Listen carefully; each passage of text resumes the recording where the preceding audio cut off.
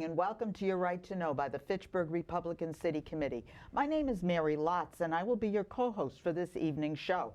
Joining me in co-hosting duties is my friend and cohort here tonight, and that's Dr. John Strang. Dr. Strang, John, is the chairman of the Fitchburg Republican City Committee.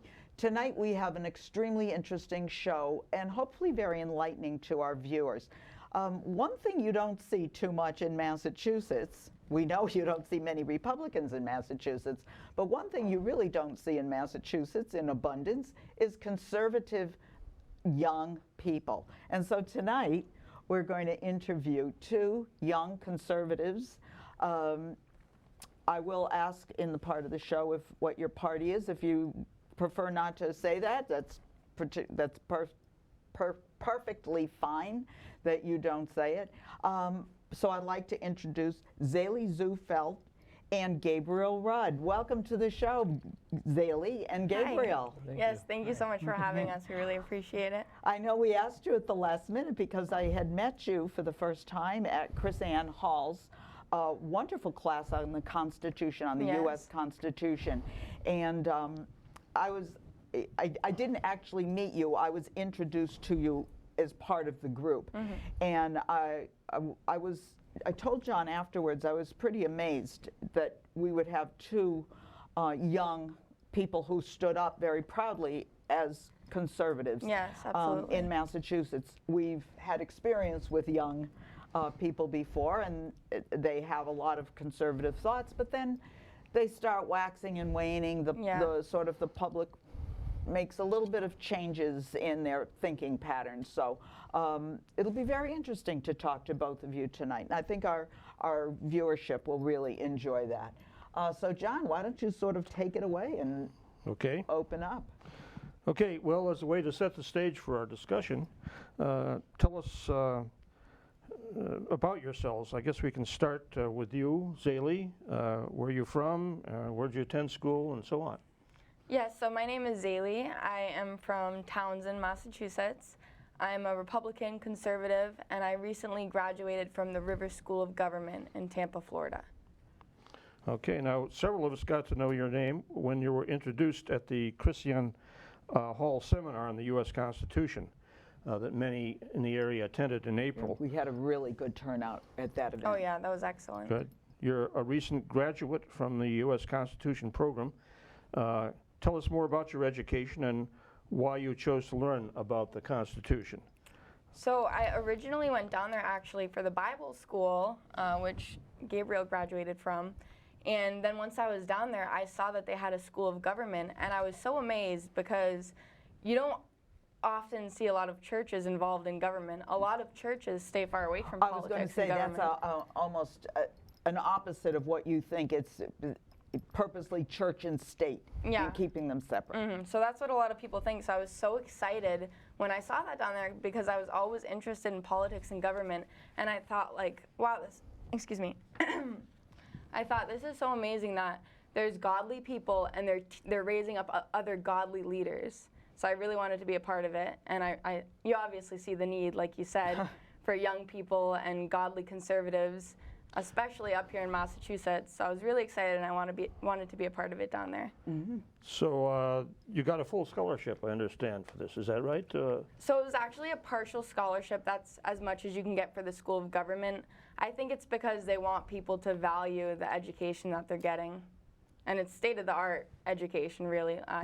You guys both know Miss Chris Ann Hall, who's a constitutional attorney. She was one of my main professors. Mm-hmm. Mm-hmm. And where is this from your funding? Was that from the area, or do you know, from Florida? The funding for the scholarship? Oh, for the scholarship. Yes. So Dr. Rodney Howard Brown scholarships the students. He's the president of the university, and the reason that he does that is because he believes that his return on that is just godly leaders, that godly leaders will be raised up, and it's worth him to put the money into it. Mm-hmm.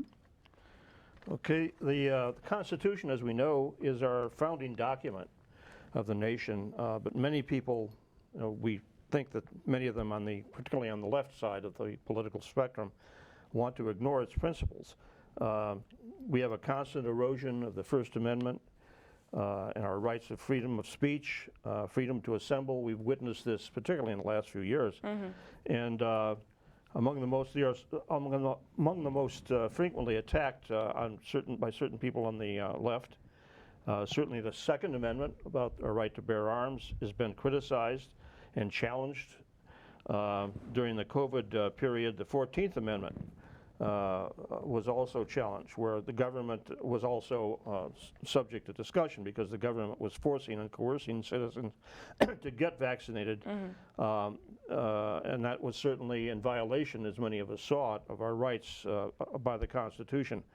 How do you interpret the Constitution, and how do you see your role in upholding it in our principles of freedom and against intrusion by government? Tell us a bit about that. So I think definitely education. I think a lot of people don't even know what the Constitution says, which is really sad considering it's the founding document of our country.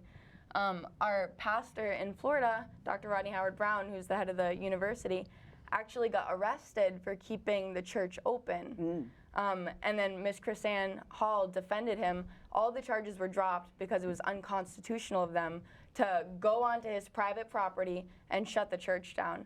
Especially, you know, people depended on the church. There were people that the church was feeding, and if the church shut down, what were those people supposed to do? So Dr. Rodney Howard-Browne wanted to keep the church open, and they penalized him for it, but thankfully it worked out in the end. Thanks to the Constitution. Yeah. Mary, I guess you want to. So Gabriel, I really want to ask you some of the same questions.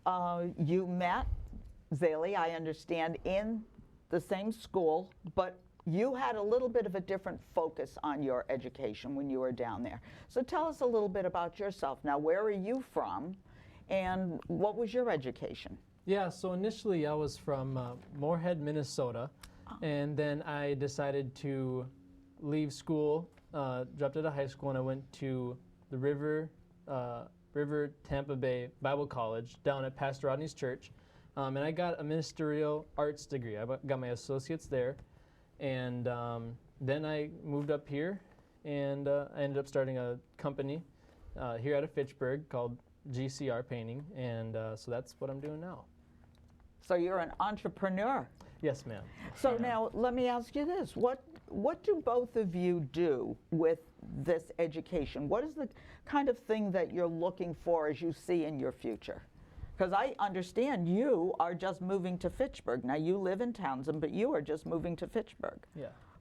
Which John and I love. Yeah, welcome. Yeah, both of us are really passionate about being involved in ministry.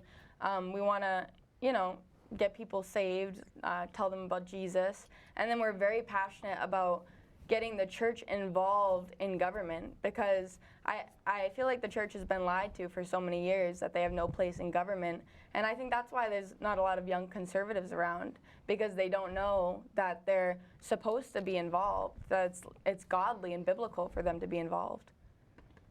And Gabriel, what do you hope to do in your future? Yeah, I plan to, you know, scale the paint company and then carry on to other business endeavors. I also like playing a part in local government, taking place in the things that we can do, helping out in the ways that we can, and just continuing to, you know, pursue what I would like to do in this phenomenal country. Do you ever foresee yourselves running for a public office at some point? I definitely do, yes. I want to be involved. I recently just actually finished being on a campaign helping a Republican run for Massachusetts representative. So that was like very fun and exciting, and I like to do things like that so that I know better which area I would like to go into. Gabriel, do you have any interest in running for public office? I know your sort of focus wasn't on the politics, but Yeah, I don't know if I would run for office, but I do like definitely doing my part in local government. well, we will take your names and numbers before this show is over. Oh, good to hear. Look you up. So let me ask you now, how did you decide to become conservatives, or was that part of your background and your upbringing that your families led you to be conservatives and you've just sort of stayed with it or even grew deeper in it. Talk about your upbringing and why you decided to become conservatives. Which, Zaylie, you can go first, and then Gabriel. So for me, I was raised a conservative. Okay. I was raised in a Christian family. I remember when we were younger, we would even be out doing stuff, helping different campaigns and stuff like that. So, but what really did it for me was when I came back to my Christianity, because conservative and Republican values really line up with the Bible. So that's what really kind of made me grounded as a conservative.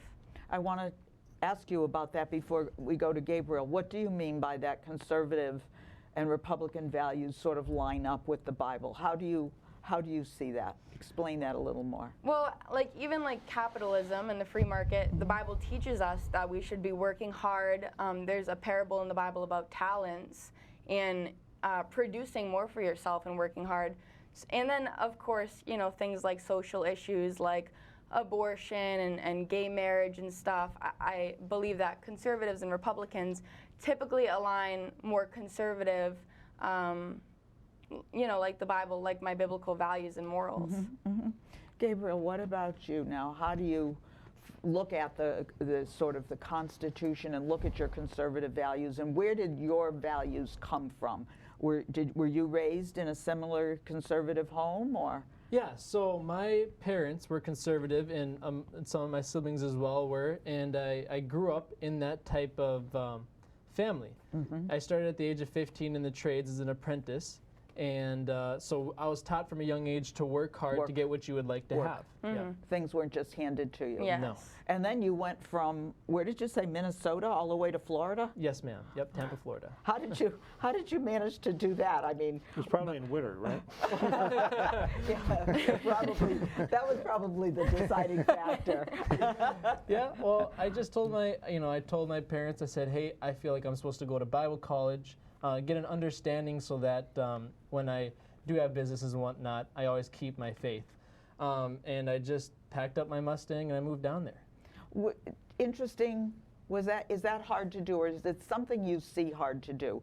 When you said start your business, start your future in terms of making money and becoming a bread earner and holding on to your Christian faith. Do you see that sometimes those goals can become a little divergent, that once you start making money, you start losing your values, your system? No, not at all. It actually, the Bible encourages making money and being wealthy. You know, it talks about leaving wealth for generations to come, not just a singular generation. So I actually find that the Bible's the thing that has helped me make more money and have that faith in myself that I can. And stay focused probably also. Yes, most definitely. Let me take over here? Yes, please. Okay, now, there'd be those viewers, including viewers, who would probably say, well, these young people are very endearing, but they're sort of exceptional because so many young people now don't seem to share your values. You come from obviously stable families in each case. You have a stable set of beliefs. And we know there's a lot of statistical information that many young people are diverging from this. They're not religious. I think, in fact, the number of young people who are now significantly religious is less than half the total young population. Wow.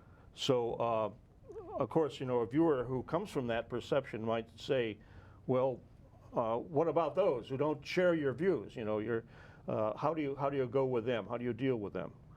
I guess the obvious answer is we live our lives. We live our lives. You know, do you want to add something to that? How would you deal with somebody who challenges you and says, "I'm not from a Christian background. You know, what about me? Why should I be a conservative?" So for us, anytime we come across like young liberals or people who are to the left, our first priority and concern is making sure that they know that God loves them and that we can share the gospel with them. Because as soon as we share the gospel with someone, God can work on their hearts, and the conservative values follow that. It's very hard to be a Christian and be liberal just because you start reading the Bible and understanding how things really work, and then those things change over time. You can't really change somebody's mind. But yet we know John and I probably know because we've lived quite a long time, is that there's a lot of Christians, there are a lot of church-going, weekly attendants who do not support conservative values. As a matter of fact, that's the majority. I would say that the majority of people out there profess to be religious, profess to be whatever denomination they are, and yet when they go to the polls in Massachusetts, they fall right in line with the liberal Democrat orthodoxy. So how do you reach these people? How do you break through that veneer where they believe they're religious, they believe they are following in God's way, but when it comes to voting, it's not? Do you have any thoughts on that? Yeah, I think it's just miseducation. I think that the Constitution is not taught very much. That's why I was very excited when Chris Ann Hall came up here. Because I think once Christians see what the Constitution says, and even that phrase, separation of church and state, that people use, that's not in the Constitution. That's right. That's actually from a Thomas Jefferson letter when he was writing to a Baptist church saying the government should not be allowed to reach their hands into the church and mess with the church. So a lot of Christians, like you said, are misinformed. They don't know. I don't think it's that they're bad people. I think they just don't know. And I think that once they're taught that, like I said, God can open their eyes and they'll come to, the Bible says, my people perish for lack of knowledge. Well, you know, unfortunately, John is a now retired but college professor.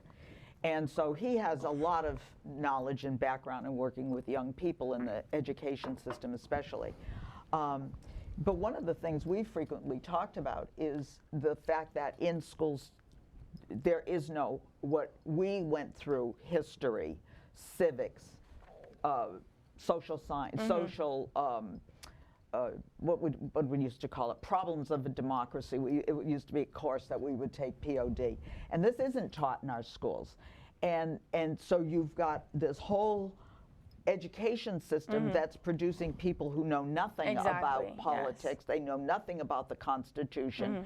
I mean, I work the polls on election day, and it's amazing when people, they vote, they come up to you, and they like to talk, you know, especially on a John also works the polls, and they like to talk, and they'll ask, you know, who are we voting for today? They really don't even know. On election day, when they get their ballot, they look and say, I don't recognize any of these names. Wow. And, you know, so we realize that we're educating a group of people who have no knowledge about the basic foundations of our country. And so too in our churches, because of this concept of separation of church and state, they're not learning anything in their churches about how they should live their life. And a matter of fact, churches, I think, really pull back and stay away from that conversation. Yeah, that's do you true. find this true? And especially you, Gabriel, because the ministry was really your focus. So would you ever consider going into the ministry, and how, if you did, would you change that in your church? As of right now, I don't think I won't be a pastor or anything like that. There may be opportunities where I would speak or, you know, preach the gospel, but I would definitely not back off from it. I think that churches have all the right to talk about these topics, and that we need to inform our congregants of what is wrong, what is right, and not back off from it. You know, I 100% would back up, you know, speaking out against wrongdoing and encouraging what's true. Yeah, I'm going to deviate slightly from this script I've been given here. Because I do have a background that shares certain features with both of yours.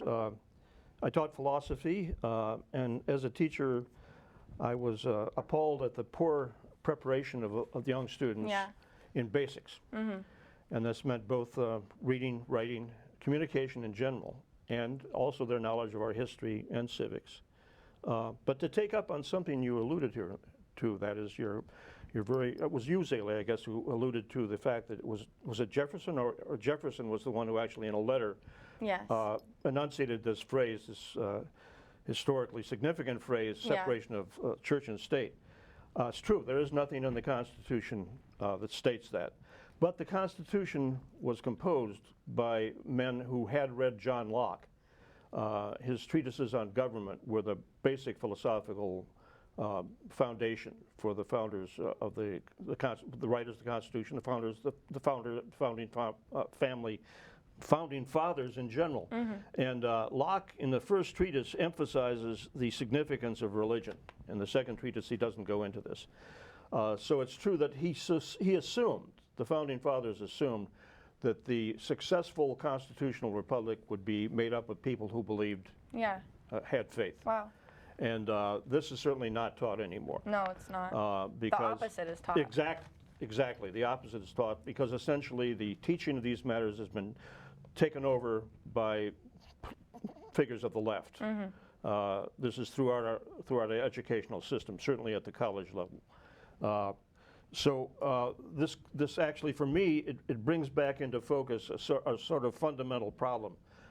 And I went into this in previous programs, so I won't belabor it here, but there was a certain ambiguity in what the founders meant by happiness.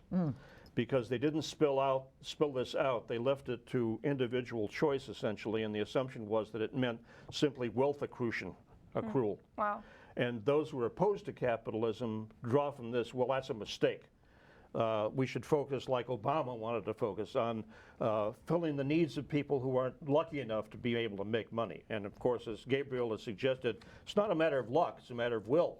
You know, Absolutely. you don't make money simply because you're lucky. You make it because you're hardworking. And what focuses hard work is your inner sentiments, which are often based on your religious faith. So we're living in America today in which there are many people who simply don't grasp these connections. And their sort of default position is is to appeal to government to make them happy. And of course, I don't think you believe that. I don't believe that. No, I don't believe that at all. In fact, I believe that's the Antichrist system that the Bible talks about. Because instead of people depending on God, like you were saying, and God, the Bible says God gave us the power to create wealth. Instead, people start depending on government. They look to the government for this and that, for their health care, for welfare checks, whatever it is. And what are the consequences of that? What have we seen historically in recent times? Yeah, it's horrible. And they can pull the rug out from underneath you whenever they want. That's right. Certainly, nations... What government gives, government can take away. Absolutely, yeah. Exactly. That's true. Right. Yeah. I remember actually a conversation that phrase came up in with a fellow philosopher. He had actually fled communism. He fled the Nazis before that. And he pointed out, or I pointed out in the conversation, that if government is powerful enough to guarantee you a job, it's powerful enough to take the job away from you. And that happened under communism. The same sort of thing can happen here too. But I'm taking up too much of the focus here. The question's about you. Go ahead. So the interesting thing about all of this is that although we say that, and it was the Declaration of Independence and not the U.S. Constitution that used that phrase, the pursuit of happiness. And I think a lot of people feel that's a constitutional right that they have, is to be happy. What makes you happy? We know it's not a strong government. We've established that. Living in this society as the minority, which you are, we feel it in Massachusetts as Republicans, we are the minority. We're constantly almost having to defend ourselves or justify our positions.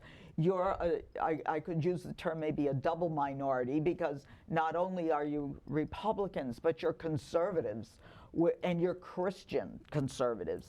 So you're really kind of fighting, in some ways, an uphill battle. And yet you don't seem like you're fighting an uphill battle. You seem to be very confident and satisfied. Where do you see life going with young people today? Why are they so much different than you? And how can you help make them change and be more positive and forward-looking, like you are? So as far as the pursuit of happiness goes, like the three main things for me that means to me is, number one, being able to worship Jesus openly without persecution. And that's like where a lot of the confidence that you talked about comes from. And then secondly, being able to be as successful as we want to be, working as hard as we want to work in a free market capitalistic economy. And then thirdly, having the right to protect and defend ourselves and our rights, the natural rights that God gave us, and the Constitution protects those for us. So as far as other young people, I think they get caught up in emotion a lot. I think a lot of what the left does is based off emotion, and a lot of it's like kind of trendy. So young people are like very quick to hop on board with it, and it's just a lack of education, really. They just don't know. They're just going along with the flow. Gabriel, what about you? Where do you see happiness, and what makes you happy versus what you're seeing in society? Yeah, well, I would agree also with, that, my happiness comes from being able to worship God and have Jesus Christ my Savior openly without, persecution in the U.S., but also having the ability to grow and scale companies and work as hard as I want and go as high as I would like without any sort of cap or being held down by, our governments. Because, like you said, the government, if they're giving you something, there's a cap on it. You can only get as much as they want to give you. Well, and I think, and John would probably agree, that the wording is the pursuit of happiness. It doesn't guarantee happiness. It guarantees you the pursuit of happiness, Absolutely, which is a totally different thing. We have the right and the obligation to achieve what we want to achieve. This has been such an interesting conversation to talk to two young and enlightened people. John and I, we just wish you the best luck in your futures and whatever you do.